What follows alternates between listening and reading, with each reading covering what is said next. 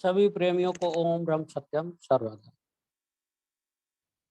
आज का विषय है मन, बुद्धि तथा अहंकार।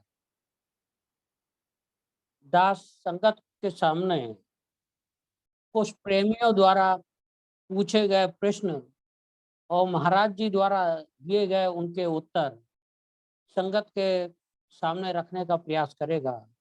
गलतियों के लिए दास संगत से क्षमा की प्रार्थना करता। मन क्या है?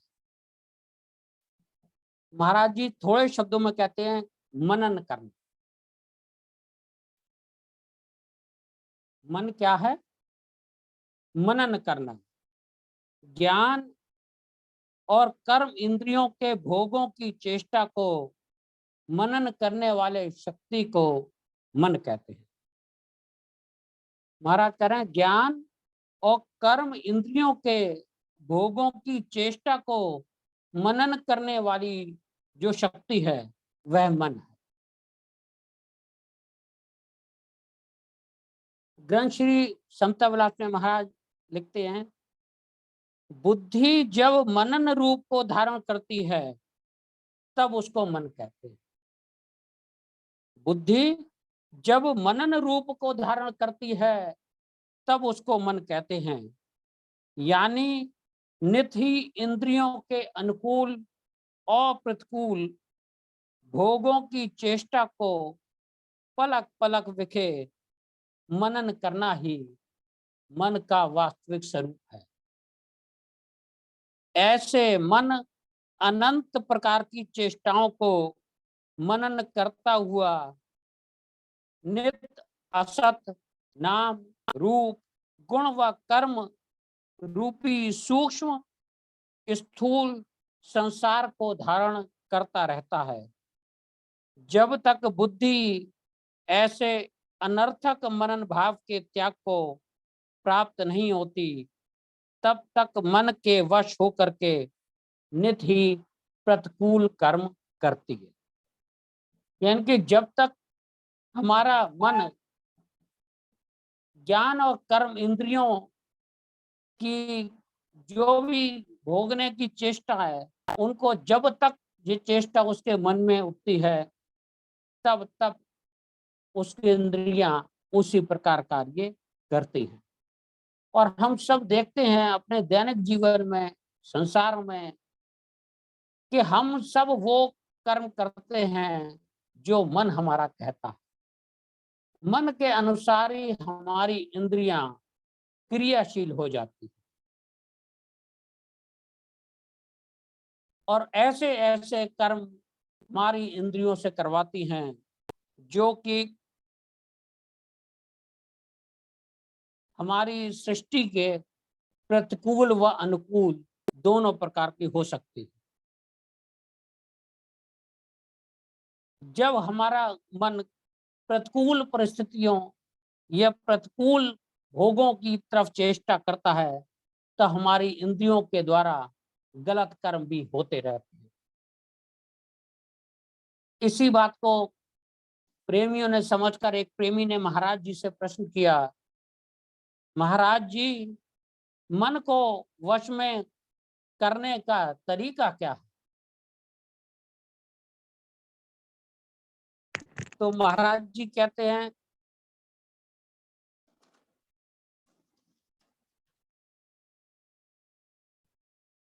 प्रेमी पहले जीवन के सही और गलत हालात को समझो। प्रेमी पहले जीवन के सही और गलत हालात को समझो। जीवन के हालात को हर एक समझता है मगर सही नहीं समझ रहा है और सही न समझने के कारण गलत हालात को पकड़ रहा है। मन एक ऐसी चीज है कि जब तक गलत और सही का निर्णय न समझे यह सही की तरफ नहीं जाएगा। मन को पकड़ने का तरीका ईश्वर के परायण है। इस तरीके को किसी महात्मा से प्राप्त करके हृदय से धारण करो, सही निश्चय से इसे पकड़ो उसी तरीके को धारण करते करते मन बस में हो जाए। महाराज जी कह रहे हैं कि जीवन के सही और गलत हालात को समझो। हम जीवन के जो भी हालात हैं, महाराज कह रहे हैं उसे सही नहीं समझ पाते और हम गलत हालात को पकड़ लेते हैं। तो महाराज कह रहे हैं मन एक ऐसी चीज है, जब तक गलत और सही का निर्णय न समझे यह सही की तरफ नहीं जाएगा, और जब सही की तरफ नहीं जाएगा तो निश्चित रूप से हमारी इंद्रियों द्वारा गलत कर्म होंगे। महाराज कह रहे हैं मन को पकड़ने का तरीका ईश्वर के परायण होना है। मन को पकड़ने का तरीका ईश्वर के परायण होना है, और ये तरीका किसी महात्मा से प्राप्त करके हृदय से धारण करो, सही निश्चय से पकड़ो, और उस तरीके को धारण करते करते मन वश में हो जाए। अब मन वश में भी हो जाए तो महाराज से एक प्रेमी ने फिर प्रश्न किया, महाराज जी ये मन सतपरायण कैसे हो?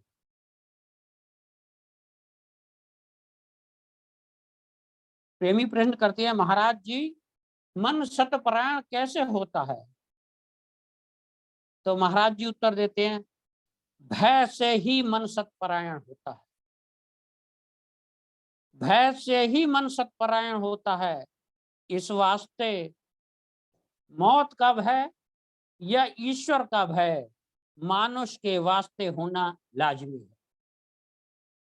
ऐसे भय की दृढ़ता से ही भाव पैदा होता है, यानी अपनी जीवन उन्नति का विचार प्रकट होता है। यानी कि जब हमारे मन में ईश्वर या गुरु का भय होगा, तभी महाराज कह रहे हैं तब इस भय की दृढ़ता से भाव प्रकट होंगे, और भाव से जीवन उन्नति का विचार प्रकट होगा। अब हम विचार करें कि हमें ईश्वर का या गुरु का भय है क्या? जब हमारा मन में कोई असत विचार पैदा होता है, उसी समय क्या मेरे मन में ईश्वर या गुरु के प्रति ये भाव पैदा होता है कि गुरु या ईश्वर स्वयं मुझे देख रहे हैं? अगर ईश्वर या गुरु का भय उस समय मुझे याद आ जाए तो निश्चित रूप से मेरे अंदर वो असत विचार दूर हो सकते हैं। महाराज कह रहे हैं भय की दृढ़ता से ही भाव पैदा होता है और जीवन उन्नति का विचार प्रकट होता है। यानी कि अगर कोई गलत या असत भाव मेरे मन में आया जिससे मेरे जीवन की अवनति हो सकती है, तो ये इस अवनति से मैं गुरु या ईश्वर के भय को याद करके उस अवनति से अपने आप को बचा सकता हूं। आगे महाराज कह रहे हैं भाव से भक्ति और भक्ति से निर्मल प्रेम प्राप्त होता है। यह ही दृढ़ता मानसिक शांति के देने वाली है, ऐसा निश्चय होना चाहिए। इसके उलट जितना जिसका मन अति मद को धारण किए हुए रहता है और विकारों से डरता बिल्कुल नहीं है, उतना ही वह मानुष दुराचारी और पतित कर्मों में अपने आप को नित ही जलाता रहता है और परम दुखी रहता है। यानी कि यदि मेरे मन में गुरु या ईश्वर का भय नहीं है, तो मेरे मन में जो भी असत विचार, जो भी विकार आएंगे, वो मेरे इंद्रियों से पतित कर्मों को करवाएंगे। और महाराज कह रहे हैं जब वो पतित कर्म करता है तो वो नित ही जलता रहता है और परम दुखी होता है। ऐसा विचार हर वक्त हृदय में धारण करना चाहिए और एक प्रभु का भय चित्त में रखकर नित ही सत धर्म परायण होना चाहिए। यह पुरुषार्थ सत शांति को देने वाला है। तो महाराज कह रहे हैं किस तरीके से ईश्वर या गुरु का भय मेरे मन को सतपरायण बना सकता है।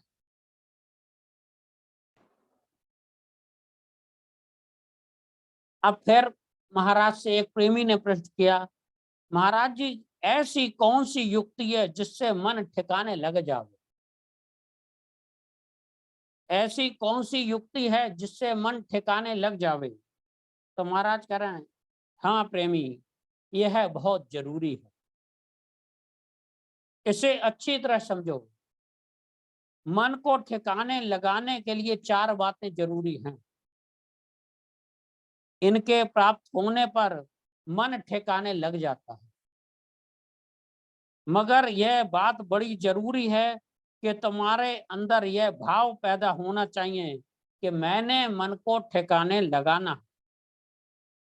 यानी कि पहले तो ये भाव हो कि मुझे मन को ठिकाने लगाना है। और ये भाव पैदा कब होगा? जब मेरे मन में या बुद्धि में ईश्वर या गुरु का भय होगा। बिना भय के मेरे अंदर ऐसा कोई भाव पैदा नहीं होगा कि मुझे अपने मन को ठिकाने लगाना है। हमें कई वर्ष बीत गए सत्संग में जाते, लेकिन हमारा निश्चय ये बैठा नहीं बैठा कि मुझे मन को ठिकाने लगाना है या नहीं लगाना। ये हम सब स्वयं अपने बारे में जानते हैं।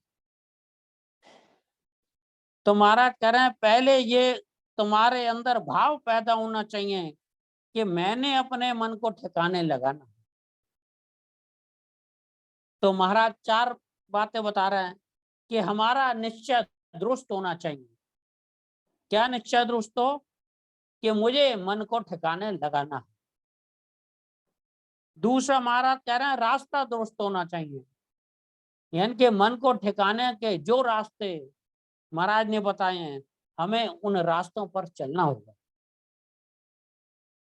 तीसरा कह रहे हैं गुरु दुरुस्त, यानी कि जो मन के ठिकाने लगाने की बातें बताए, जो ऐसा गुरु जो हो वो गुरु दुरुस्त। और चौथी हमारी जो कोशिश हो वो दुरुस्त हो।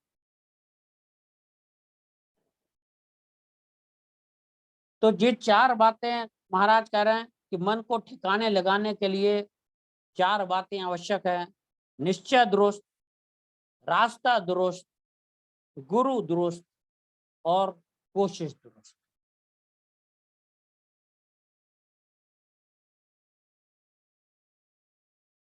अब अगला प्रश्न महाराज से प्रेमी ने किया है, महाराज जी मन बड़ा विकराल है, इससे किस प्रकार छुटकारा पाया जावे? महाराज जी मन बड़ा विकराल है, इससे किस प्रकार छुटकारा पाया जा सकता है? तो महाराज जी कहते हैं प्रेमी, मन ही इसका मित्र है। चाहे इसको विषयों की तरफ लगा दो और चाहे करतार की तरफ। यह एक समय में एक ही काम करेगा। दोनों हालतों में मन, इंद्रियां, बुद्धि ये ही रहती है। यानी कि अगर ये विषयों की तरफ जाएगा तो भी मन, इंद्रियां, बुद्धि यही रहेंगी। और जब ये करतार की तरफ जाएगा तो भी मन और बुद्धि और इंद्रियां यही रहेंगी। सिर्फ इनका स्वभाव बदल जाता है। स्वभाव बदलने के वास्ते वैराग्य और अभ्यास है, और कोई भी साधन ऐसा नहीं जिसके द्वारा ठिकाने पर पहुंच सको। इस तरह विचार करते रहा करो, किसी ठिकाने पर पहुंचना है तो। याद कि हमें अपने मन को ठिकाने पर लगाना है, तो महाराज कह रहे हैं इस तरह लगातार विचार करते रहो। अब ये मन जो है मित्र भी है मेरा और शत्रु भी। जब ये विषयों की तरफ लग जाता है तब यही मेरा मन शत्रु है, और जब ये करतार की तरफ लग जाता है तभी ये मेरा मन मित्र है।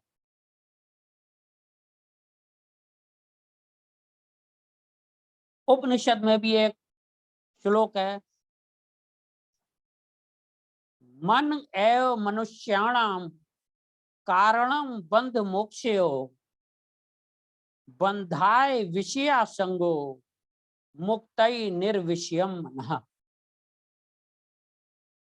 मन एव मनुष्याणाम कारणम बंध मोक्षयो बंधाय विषया संगो मुक्तई निर्विषयम। मनुष्य मन ही मोक्ष का भी कारण है। इंद्रिय विषयों में लीन मन बंधन का कारण है और विषयों से विरक्त मन मोक्ष का कारण है।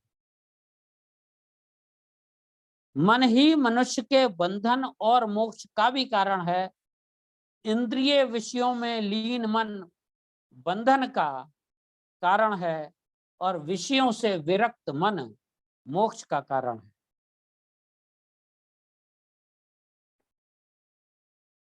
अब उपनिषद का ये जो श्लोक बता रहा है वही महाराज जी की भी कह रहे हैं कि यदि ये विषयों की तरफ लग दे तो ये हमें नीचे की तरफ गिरा देता है, बंधन की ओर ले जाता है। और जब ये मन विषयों से विरक्त हो जाता है तो हमारा मन मोक्ष का कारण बन जाता है, यानी कि ये हमारा मित्र बन जाता है। आगे एक और श्लोक में हमारे जो मन जब मित्र बन जाता है तब क्या होता है? बंधुरात्मा मनस्तस्य ये नात्मये वात्मना निता अनात्मनस्तु शत्रुत्व वर्तेतात्मैव शत्रुवत्। अर्थात जिसने मन को जीत लिया है उसके लिए मन सर्वश्रेष्ठ मित्र है। अर्थात जिसने मन को जीत लिया है उसके लिए मन सर्वश्रेष्ठ मित्र है, किंतु जो ऐसा नहीं कर पाया उसके लिए मन सबसे बड़ा शत्रु बना रहेगा। यानी कि जिसने मन को ठिकाने लगा लिया उसके लिए मन सर्वश्रेष्ठ मित्र है, और जो ऐसा नहीं कर पाया उसके लिए मन सबसे बड़ा शत्रु है। एक गीता के एक और श्लोक में हम सब के लिए जो गीता का भाव है, उद्धरेदात्मनात्मानम नात्मानमव साधयेत आत्मैव ह्यत्मानो बंधुरात्मैव रिपुरात्मनः। अर्थात मनुष्य को चाहिए कि अपने मन की सहायता से अपना उद्धार करे। मनुष्य को चाहिए कि अपने मन की सहायता से अपना उद्धार करे और अपने को नीचे न गिरने दे।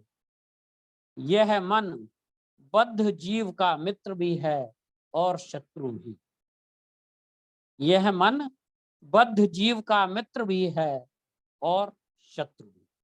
अब देखें ये गीता और महाराज जी का जो मन के बारे में कैसे हमें मन को ठिकाने लगाना है ये बात हमें बताइए। अगली बात है बुद्धि। बुद्धि क्या है? महाराज कह रहे हैं निश्चय करना। मन के दोषों को अच्छा या बुरा समझने वाली शक्ति को बुद्धि कहते हैं। मन के दोषों को अच्छा या बुरा समझने वाली शक्ति को बुद्धि कहते हैं।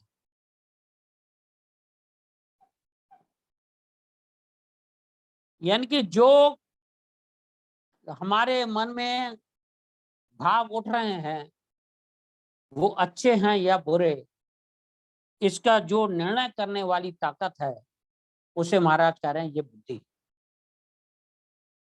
यानी कि मन के दोषों को अच्छा या बुरा समझने वाली शक्ति।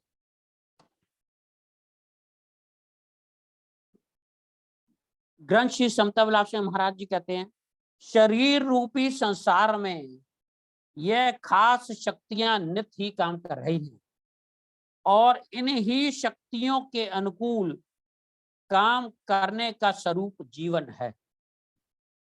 5 ज्ञान इंद्रियां, 5 कर्म इंद्रियां, मन, बुद्धि और प्राण। ज्ञान और कर्म इंद्रियों के भोगों की चेष्टा को मनन करने वाली शक्ति को मन कहते हैं और मन के दोषों को अच्छा या बुरा समझने वाली शक्ति को बुद्धि कहते हैं। यानी कि बुद्धि की समझ के मुताबिक ही मन दौड़ता है। यानी कि हमारी जैसी बुद्धि निर्णय करेगी वैसा ही मन हमारा दौड़ेगा और मन की दौड़ के मुताबिक ही इंद्रियां कर्म करती हैं। यानी कि अगर बुद्धि ने कह दिया कि ये मन की दौड़ या मन के अंदर जो भाव आया ये अच्छा है, तो हमारी इंद्रियां उसी अनुरूप कार्य करती हैं। इस वास्ते इंद्रियों के कर्म अनुकूल या प्रतिकूल होना बुद्धि की पवित्रता पर निर्भर है। जितनी बुद्धि निर्मल होती है उतनी ही इंद्रियों द्वारा निर्मल कर्म करके सत शांति को प्राप्त होती है और जितनी बुद्धि मलिन होती है उतनी ही इंद्रियों द्वारा मलिन कर्म करके नित ही अशांत रहती है। इस वास्ते तमाम जीवन का आधार बुद्धि की पवित्रता के मुताबिक है और बुद्धि की पवित्रता को ही असली पवित्रता कहते हैं। तो महाराज कह रहे हैं कि हमारी जो निश्चय की शक्ति है वो बुद्धि है और बुद्धि की पवित्रता से ही हमारे जीवन ठीक प्रकार से चल सकता है, क्योंकि बुद्धि के निर्णय के अनुरूप ही हमारे इंद्रियां काम करती हैं और हमारी इंद्रियों के द्वारा वैसे ही कर्म होते हैं। तो बुद्धि यदि पवित्र है तो हमारी इंद्रियां पवित्र कार्य करेंगी,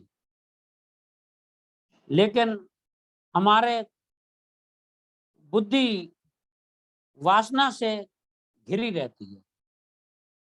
तो इसी संबंध में एक प्रश्न महाराज जी से प्रेमी ने किया, महाराज जी बुद्धि वासना रहित कैसे होती है? महाराज जी बुद्धि वासना रहित कैसे होती है? तो महाराज जी कहते हैं, प्रेमी शरीर वासना का समुद्र है, आत्मा वासना व कर्म से न्यारा है। शरीर वासना का समुद्र है और आत्मा वासना व कर्म से न्यारा है। बुद्धि शरीर को समझ रही है और इसकी वासना को भी समझ रही है। जब तक आत्मा को नहीं समझती वासना रहित नहीं होती। महाराज कह रहे हैं बुद्धि शरीर को भी समझती है और इसकी वासना को भी समझती है, लेकिन आत्मा को नहीं समझती। और जब आत्मा को नहीं समझती तो इसी वासना के वशीभूत होकर इंद्रियों से कर्म होते हैं। तो आगे महाराज कह रहे हैं, जो साधन सत्पुरुषों ने आत्म अनुभवता को प्राप्त करके बतलाए हैं उन्हें धारण करो, तब बुद्धि वासना रहित हो जाएगी।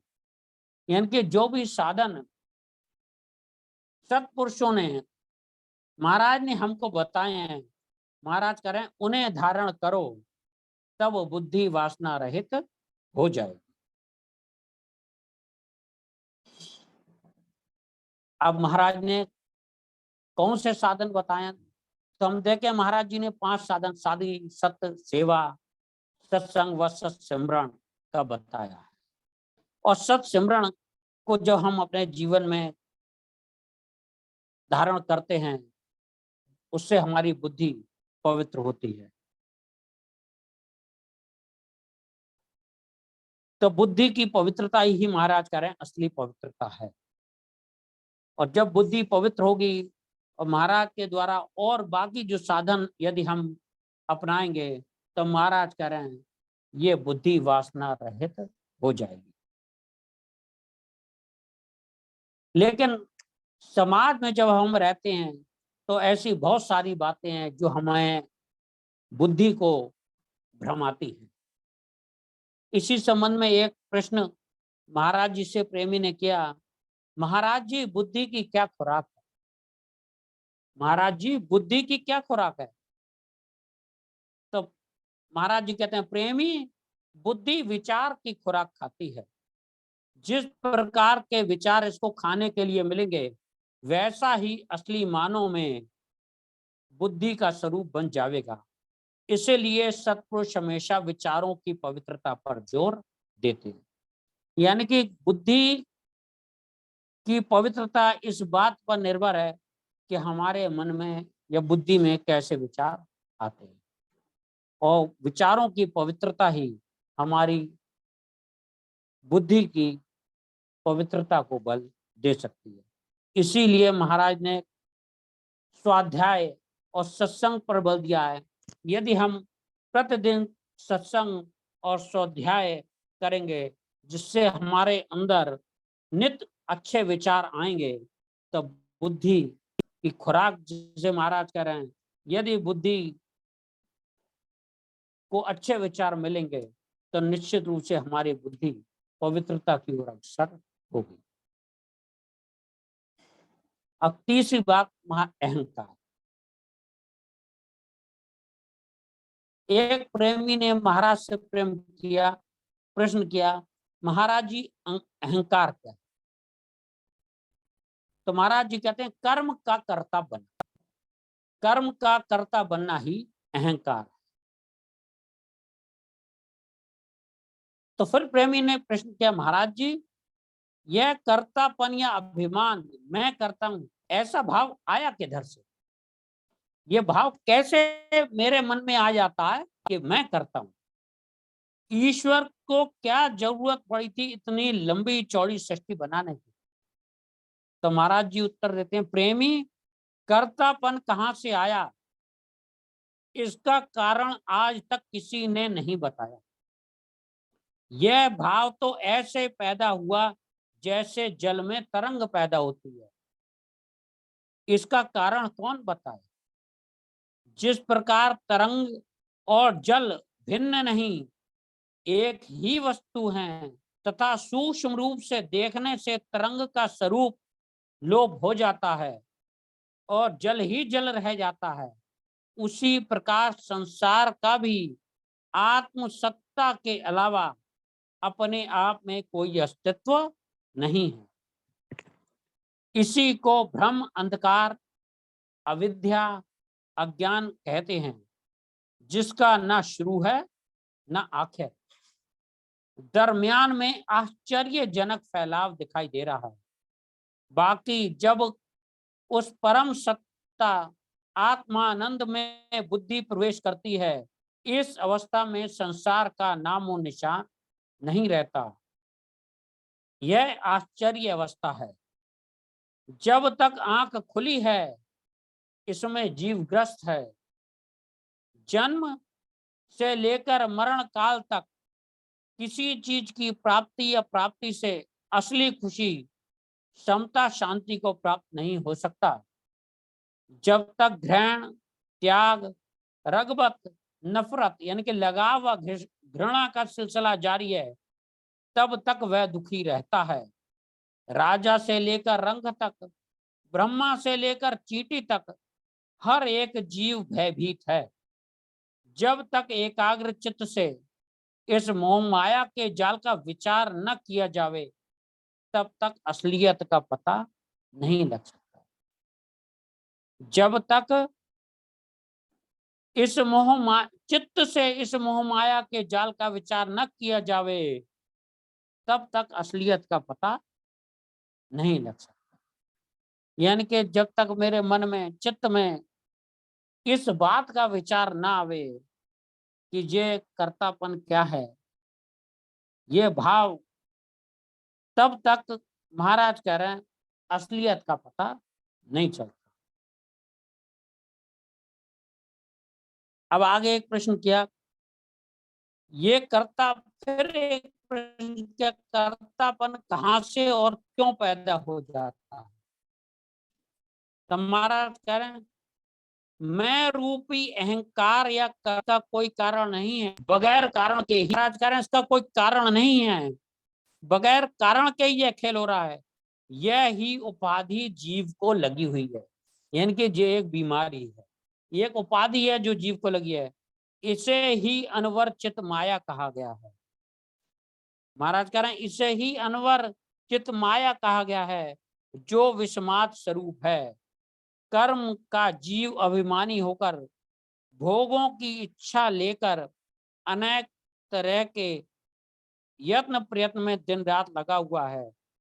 जब तक कर्म करके फल प्राप्त होता है, तब उसके राग द्वेष में अग्नि की तरह पल पल के तपायमान होता रहता है। यह ऐसा आश्चर्य खेल है, एक पलक के वास्ते भी जीव उसे छोड़ना नहीं चाहता और ना ही छूट सकता है। अनेक तरह के यत्न करने पर भी कर्तापन नहीं जाता। विकारों की मूल जड़ यह ही। महाराज कह रहे हैं ये कर्तापन विकारों की मूल जड़ है। जब तक बुद्धि यह समझ रही है मैं और मेरा शरीर, तब तक विकार साथ ही है। यानी कि जब तक मेरे अंदर ये अहंकार है, तब तक विकार, महाराज कह रहे हैं, ये मेरे साथ ही रहेंगे। तो प्रभु हम सबको ऐसी बुद्धि बख्शे जिससे हम महाराज के बताए हुए सतमार्ग पर चल सके और अपना कल्याण कर सके। ओम ब्रह्म सत्यम सर्वदा।